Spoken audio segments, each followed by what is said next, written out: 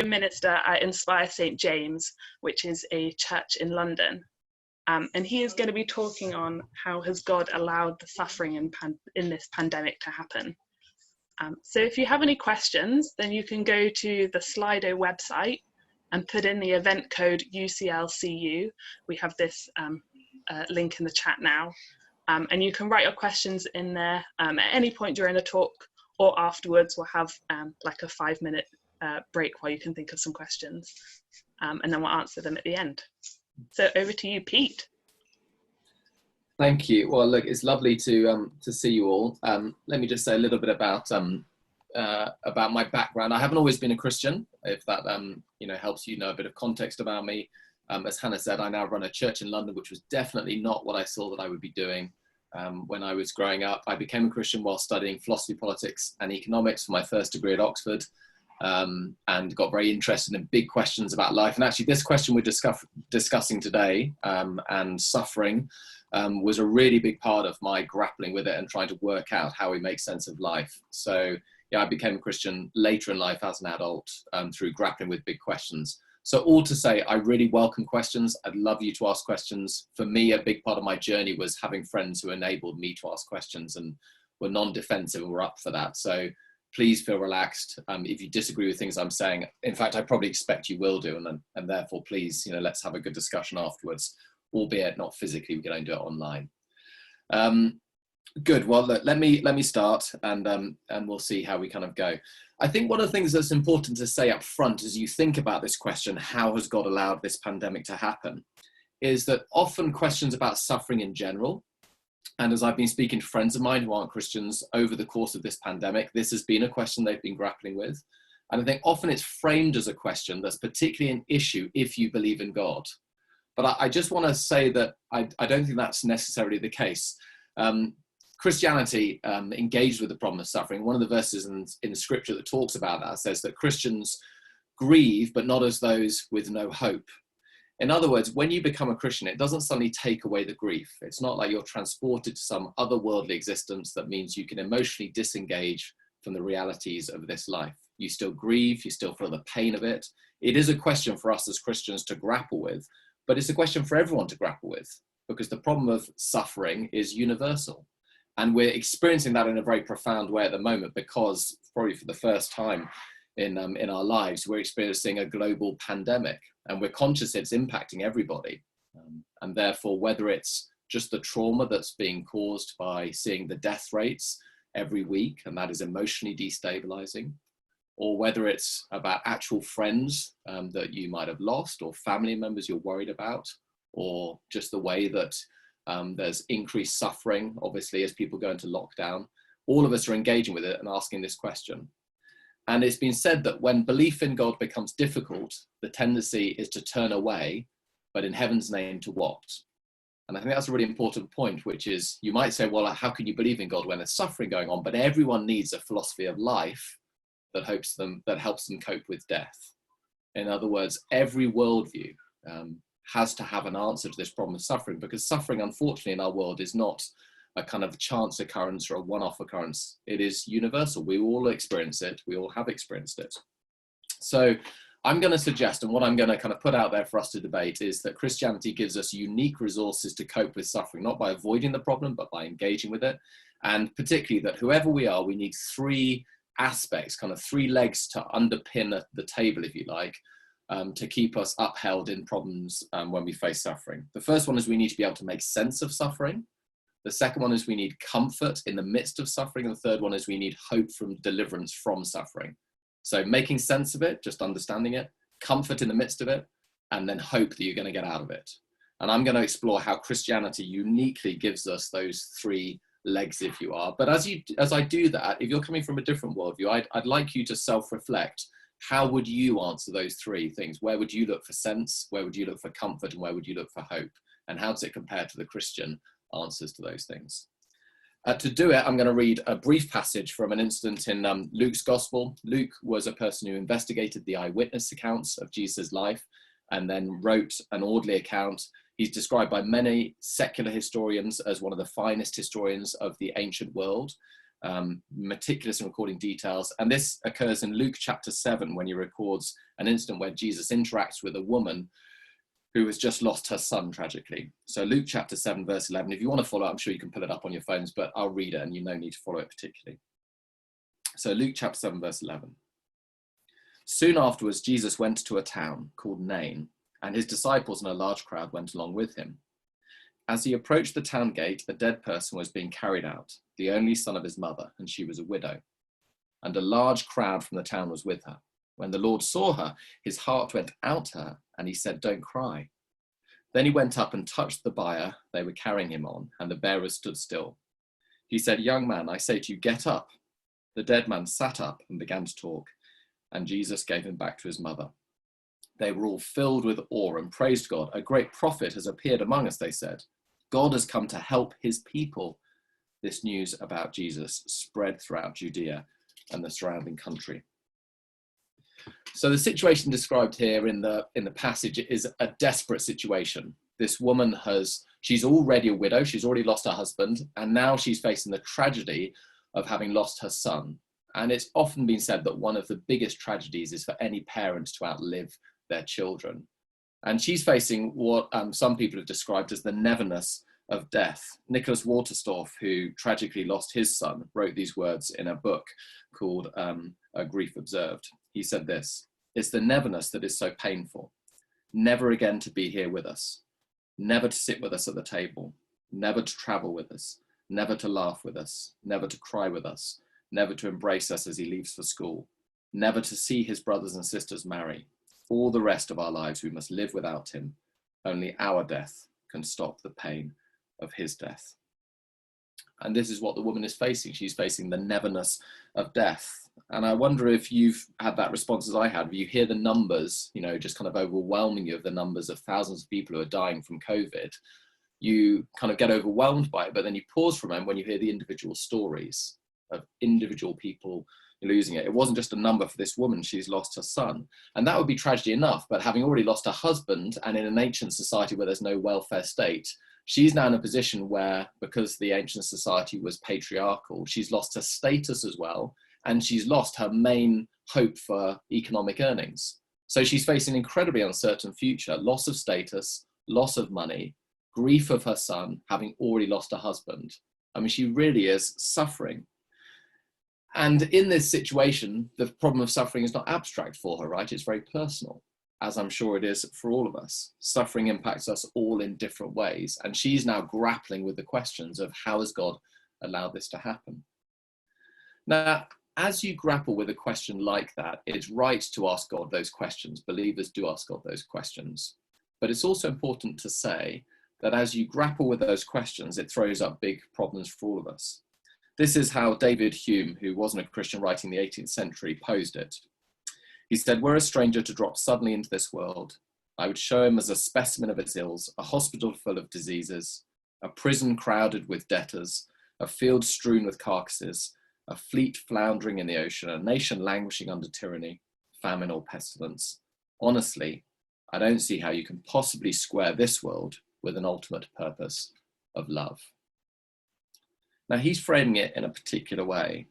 He's saying this: if God is good, and if God is all powerful, then there shouldn't be suffering in the world. Because if God is good, he wouldn't want people to suffer. And if he's all powerful, he would be able to make it so that people didn't suffer. So one of those two things must have been gone, that there is suffering in this world. Therefore, God can't exist. That was the way he framed the problem. It's often the way that it's been framed. But I think there's a problem, which is, if you take away God, then you can't actually make sense of suffering. So let me just ask the question: what's the difference between pain and suffering? Well, pain, if you like, is the physical, the natural reality. It's the pain response that we have. But suffering is philosophically the moral explanation you give. To call something suffering is to say it should not be this way. You have to add a moral dimension to it. In other words, the animal kingdom has pain in it all around it, right? It's a natural part of evolution. But you wouldn't call it suffering until you're able to observe it and say it should not be like this. Now, if you take God out of the equation, one of the problems is that you are left with pain, but you're not left with suffering. You can't impose a moral dimension on it if there's no God. You can't say it shouldn't be this way because there is no should, it just is. Richard Dawkins has said that DNA neither knows nor cares, it just is, and we dance to its music. So let's dance along in the world of suffering. Or C.S. Lewis put it like this. My argument, he said, against God was that the universe seemed so cruel and unjust. But how had I got this idea of just and unjust? A man does not call something cruel unless he has some idea of what it should be like. He does not call something crooked unless he has some idea of a straight line. What was I comparing this universe with when I was calling it unjust? Or put it this way, Bertrand Russell, the atheist, said, life is like this. Brief and powerless is man's life. On him doth his race the slow, sure doom falls pitiless and dark. It hardly puts a spring in your step, does it? But it's just the reality, right? The world is full of pain, so just get used to it. But it's only if there's a God in heaven who says the world shouldn't be like this, one day the world won't be like this, you're able to call it suffering. If you don't believe in God, by what virtue do you call it suffering? There's no ultimate morality. It's just a game we play as human beings, raiding against the world, shaking our fists, saying, don't be like this, when actually it's all part of the natural order. You don't see animals doing that. But that's just too painful, isn't it? So to make sense of suffering, I think you need God. But of course, that then raises big questions. Secondly, we need to have comfort for those who are suffering. And in this instant, I think we see Jesus Christ not just making sense of suffering, but also giving comfort to those who are suffering. I wonder if you noticed what happened. I'll read it again. As Jesus approached the town gate, a dead person was being carried out, the only son of his mother, and she was a widow, and a large crowd from the town was with her. When the Lord saw her, his heart went out to her. Now that's a really important phrase. In the Greek, it literally means he was moved with compassion for her. Jesus' compassion means that he wants to comfort her. Now, bear in mind that the New Testament is claiming that Jesus is God himself in human form. In other words, what does God do when he turns up on the scene and he sees his creatures suffering? Please notice it's not indifference. He's not distant from it. He draws near to the lady and his heart moved by the plight that she's going in. Now, you may feel very isolated right now. I'm sure all of us feel alone in different measures. And you might feel that no one really knows what you're going through, but the New Testament claim is that God does. And you might say, well, how can that be? I mean, isn't that just a nice platitude? How do you actually know that? Well, Christianity is unique because Jesus Christ is God become flesh, God engaged with reality, not staying away on cloud 9, distant from our suffering, but engaging with our suffering. He's a God who put on flesh and suffered alongside us. He was born into poverty. He lived his early life as a refugee. He died at the hands of people accusing him for something he never did wrong. He was rejected by his friends. And finally, he died an excruciating death on a cross. He's not immune to suffering. Why would God allow himself to be put through such pain? Well, isn't part of it so that he can say, I know what you're going through? A man called John Stott, who was a Christian preacher a couple of generations ago, said this: I could never myself believe in God if it were not for the cross. The only God I believe in is the one Nietzsche, the philosopher, ridiculed as God on the cross. In the real world of pain, how could one worship a God who is immune to it? Or to put it another way, Christianity is the only God who has scars. And therefore, he is uniquely able to draw alongside us and say, when you're suffering, my friend, my brother, my sister, my daughter, I do know what you're going through, and I'm there for you. What Jesus did for this woman, reaching out to her and drawing alongside her in compassion, he does for every person who suffers by his Spirit. But of course, here's the thing, making sense of suffering and comfort of suffering are they do something, don't they? But at the end of the day, we really want to know, can you put an end to it? And surely, God, if you're powerful, you can put an end to it. In other words, we need hope of deliverance from suffering. So is there any hope in this situation? One of the things we've been trying to do in this pandemic is get hope, right? I don't know if you're one of these people who reads the latest tweets or news stories about the vaccine or about a cure. Hopefully you didn't take Donald Trump's advice on cure with using bleach. I don't think that was particularly helpful. But we're all obsessed at the moment on how quickly will the vaccine be ready? When will the cure be ready? And we're observing that because, of course, it's a way we're looking for hope. Hope is a sense that actually things will change. Well, in these verses, there's real hope. Because Jesus doesn't just bring comfort, he actually brings an end to this woman's suffering. Verse 14 says, Jesus went up, touched the bier, that is the funeral mat they would carry dead bodies on then, and the bearers stood still. He said, young man, I say to you, get up.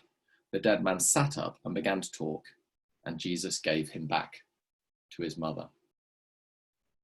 It's amazing how Luke writes this. There's two things that are really worth noting. First of all, it's just beautifully written. If you're someone studying English or literature, just notice the way that he slows the narrative down. It's as if writing, he kind of zooms the camera lens in on what's happening on Jesus' touch.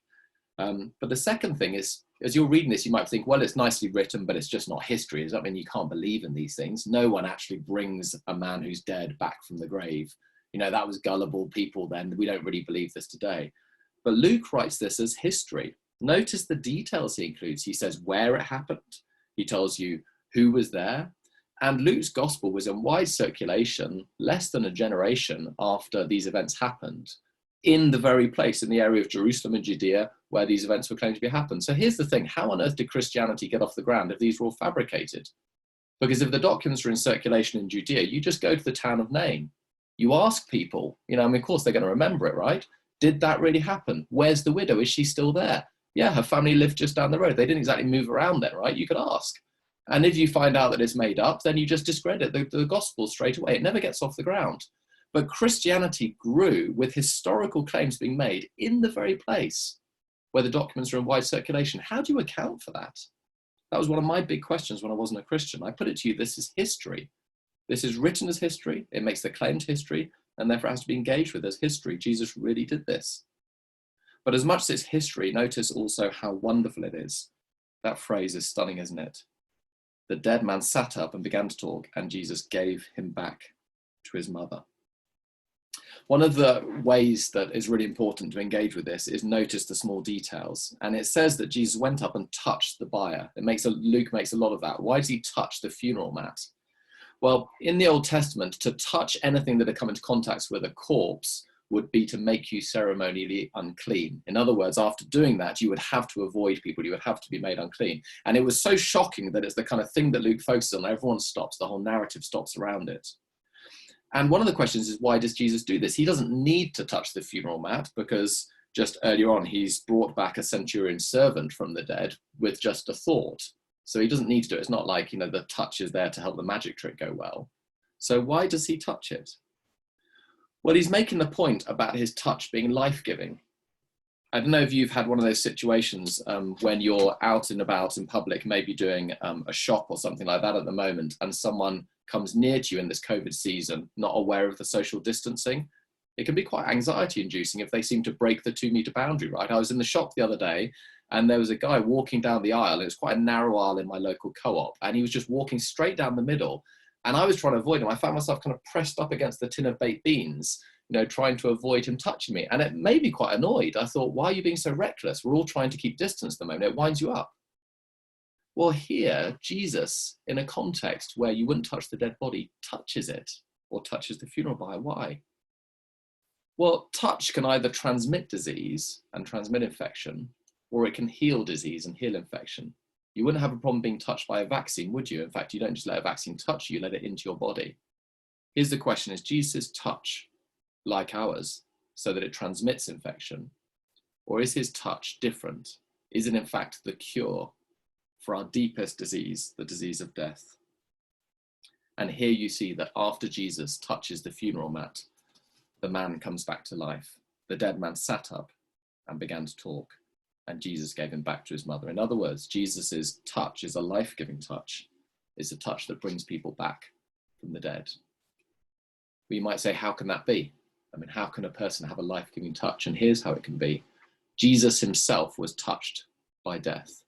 He himself died on a cross so that we might have life. The Bible teaches that death isn't the way this world should be. God created a good world, a world with no death in it. But death came as a consequence when we as human beings turned away from him, the source of all life. And that brought despair into a world of hope, and it brought death into a world of life.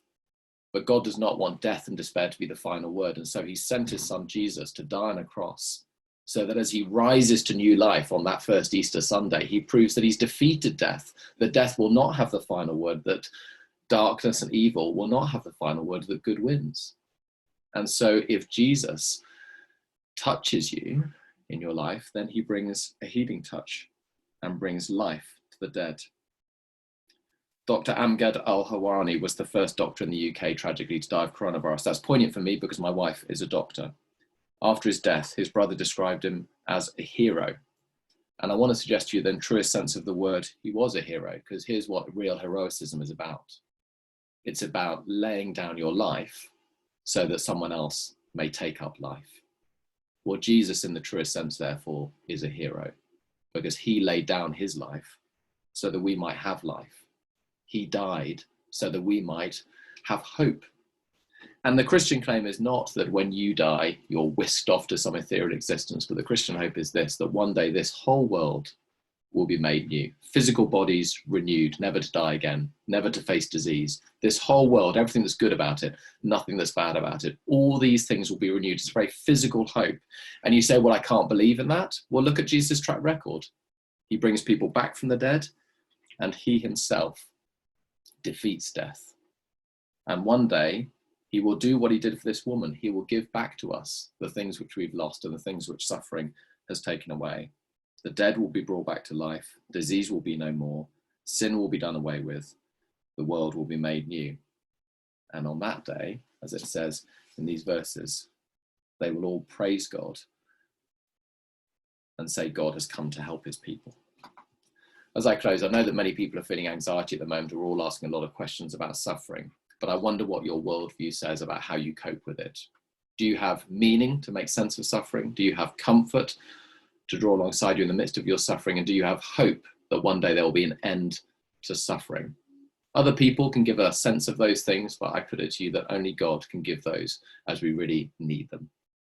I'm going to pause there. You've been really kind in listening to me. I hope you were able to hear everything that I said. And if it's thrown up questions, then I think we've got a Q&A time coming up. Hannah, you'll tell us how we're going to transition from this, won't you? Over to you. Can we not just justify morality as something humans made to make society work and has nothing to do with God? Yeah, thank you. Great question. And quite a lot of people, I think that's quite a popular view today. I think there's two brief reflections about that. One, if morality is something that human beings have just come up with to make society work, then it means that good and evil are just constructions. They're not real things. So it means that when you, for example, see something awful like a child being tortured, you can't actually call that evil in an absolute sense. All you can say is, I want to call it evil because that serves an evolutionary benefit. And here's the thing, your deepest intuition as a human being is not that. My child, for example, knows the difference between a statement that I want to sit in that chair and that that chair is mine, right? One is an expression of desire. The other one is an expression of morality. You know, that chair is mine and therefore I ought to sit in it. Now, to kind of create the idea that all our morality is just a shift by the way we're kind of trying to dial up the emotional pressure to justify things is just not how our intuitions are. When someone dies, we're not saying, I'm choosing to call this death bad because I would like to think that death is a bad thing for the survival of my species. You're saying this is wrong in your deep gut. In other words, I don't think we actually believe that about suffering. We want to say it is objectively evil and objectively wrong and should not be this way. You can't say that if you're just saying we've just constructed morality. The second thing is that Nietzsche is the philosopher you should look at who actually really pushed this. And he actually came up with a very different set of answers. He said, if morality is just a human construct, and if there is no God in heaven to actually enforce it, then he came up with a very different set of moral principles. His moral principles was this: might is right, and the strong defeat the weak. Eugenics, he backed. In other words, there are some races that are stronger than other races. We're not all equal. And he tried to do away with the weaklings in society. And the Nazis basically predicated their regime on the philosopher of Nietzsche. So in other words, how do you stand against a philosopher like Nietzsche who came up with a very evil world? You can't say it's evil. You can just say he's just got a different morality. And actually, isn't his morality more in line with the natural world, the animal world? Might is right. So you would therefore say the Holocaust wasn't evil. It was just actually a different moral system. And hey, que sera, sera. Again, I can't live that way. And I don't think you can live that way. The only way you can live consistently, I think, is to believe there is a God in heaven who says morality is right and wrong, and for all people across all times. But if you think you can live another way, then I'd love to have a conversation. But I normally find that people can't. They just don't want to believe in God, but they also want to hold on to objective morality, and I don't think that's possible. Great, thank you. So the next question is, many people find things like meditation help with suffering. If suffering is philosophical, should we try to transcend it or just deal with it as a fact of life? Oh, what a great question. Thank you, whoever asked that. Yeah. I think the key thing is the second part of your statement, if suffering is purely philosophical. I mean, I just don't believe that. I'm a pastor first and a philosopher second. I read a lot of philosophy books, a lot. It drives my wife insane sometimes, but in the real world, like this last week, I've had to talk to a woman who's lost her husband and lost her auntie 3 days before. That's the real world. Philosophy needs to be able to be grounded in the real world. And the big question is, how do I help her? So I don't think suffering is philosophical. I think it's real.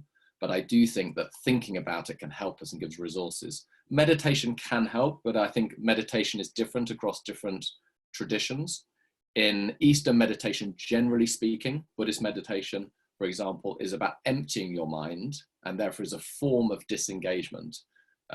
And that is because ultimately, under Buddhist philosophy, of course, Buddhism came about because Buddha was a disaffected Hindu who was rejecting Hinduism, right? And he rejected that suffering was real. He said suffering was an illusion. Now, here's my problem with that. And I looked at Buddhism myself when I wasn't a Christian very extensively. My problem with that is, you try saying to someone who's suffering, imagine the widow in Nain, you say to her, by the way, my dear, it's all an illusion. You just need to push through the veil and meditate and realize it's not real. And that will lead you to enlightenment. That is not a pastoral solution for a woman who's grieving the death of a son. And Buddha's face often is a detached, kind of almost detached smile. Jesus' face is an engaged face of suffering. And again, it was something I grappled with. I couldn't, accept that suffering was just an illusion. And that was one of the reasons I drove away from Buddhism and actually pushed into Christianity more. So meditation, yes, can help, but Christian meditation is about engagement with reality, not disengagement. Buddhism generally is about disengagement and meditating on nothingness, where Christianity is about engaging with who God is and what he's doing. So there is meditation within Christianity. It's just very different in its type to Eastern meditation. So yeah, I think that's some of the things I'd say on that. Thank you. Why doesn't God just fix the pain and suffering now? Why wait? Yeah. Look, there's mystery in this. I don't think I want to give the impression that you become a Christian, you have all the answers. There's a rich tradition in the prophets. For example, the prophet Habakkuk in the Old Testament cries out to God, how long? How long? And that's basically this question: why don't you sort it out now? Why is suffering still going on? And I want to share with you, I often pray that prayer: how long, Lord? How long is this going to go on? So I think there's some real challenges to grapple with it. I think part of the answer, though, is, what would God need to do to bring an end to a world of suffering? To really bring an end to a world of suffering, if suffering is moral, then suffering is bound up with justice. Every instance of suffering is in some sense injustice. And we know, for example, that whilst COVID and the disease are a natural phenomenon, it has been significantly exacerbated by human moral failings, right? So the suffering that I'm dealing with pastorally, when you've got abuse going on behind closed doors, or the inequalities of needing to take food to people, there's not a lack of food in the world. It's just because we are selfish in society and we don't distribute those resources justly. So if God is going to deal with suffering, he has to also deal with injustice. But justice by its nature has to be impartial, right?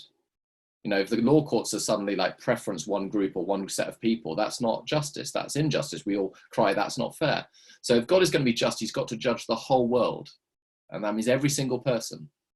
In other words, if God is going to deal with suffering, he's got to deal with all injustice. And that means your injustice and my injustice. And if God steps into the world and just sorts out all the injustice, where would you and I stand? Would we be on the right side of justice, or would we be on the wrong side? And I put it to you that none of us can stand before the perfect standard of justice.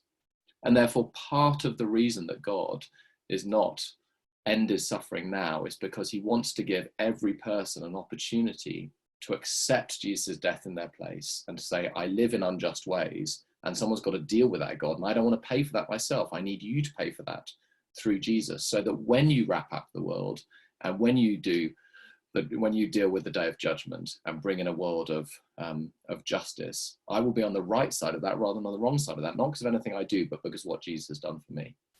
So I think there's mystery there, but also I think if we cry out for justice, as it says in Shakespeare, if justice be your plea, know that in justice none of us will find salvation.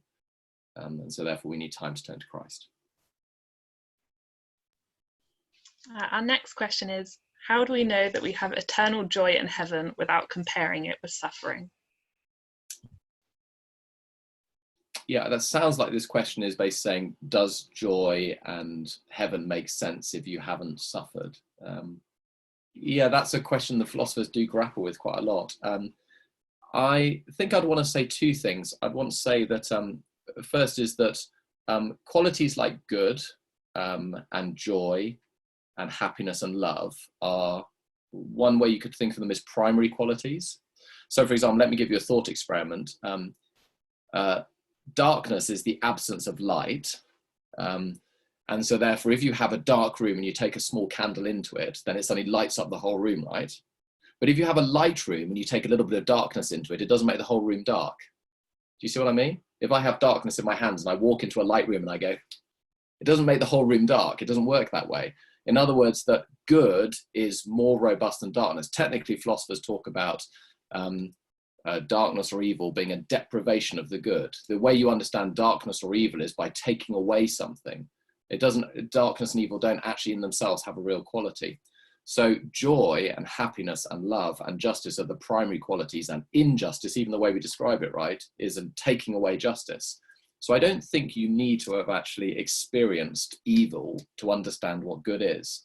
Children can experience joy when they haven't suffered very much, right? But it is certainly true that if you have suffered, you will appreciate the blessings of restoration and redemption and hope that much more. And so part of the wonder of the world to come is that there will be people there, for example, children who never got to live, died in the womb, for example, will be there and will enjoy heaven and won't need to have suffered to enjoy it. But for those who have suffered much, the relief of heaven will be that much greater. I hope that answers. It's a tricky question to give a good answer to. Yeah, thank you. Our final question is the idea of a ideal society flawed, because some people want a God to exist and some people, like atheists, don't? Yeah, I don't know if any of you have read or have heard about Tom Holland's book Dominion. In his book Dominion, he's an atheist, but he basically makes the case that much of the things that we hold dear to in Western society have come from Christianity, and that we don't even really realize it.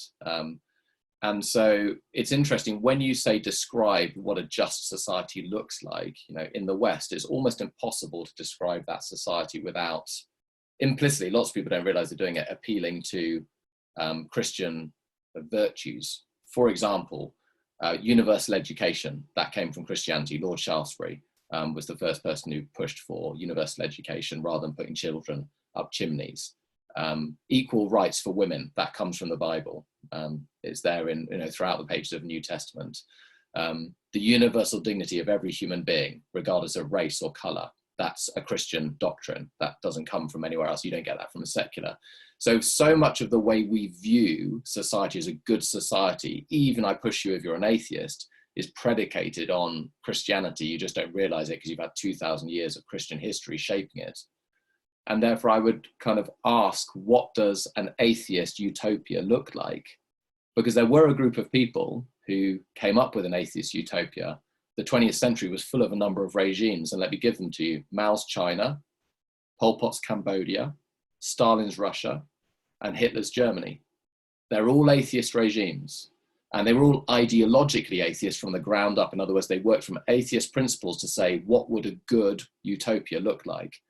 And what have all of those four regimes got in common? Well, tragically, they all killed more people than any other regime up until that point in history.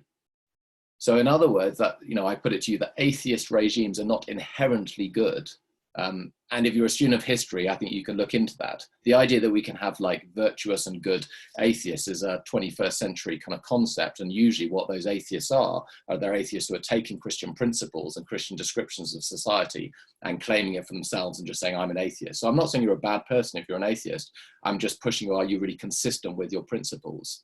And what is it about those four societies that I've mentioned that they had understood about atheism that you haven't understood about it? And I put it to you as this, that you need God to understand what good really looks like. And if you take him out of the equation, you don't end up with a good world. So again, do the work, read the history, look at those regimes and see, where it kind of puts you. And it's great for the questions you've been asking. So thank you. Great, thank you so much, Pete, for answering our questions and joining us today. Would everyone like to just give their thanks for Pete today? Thank you.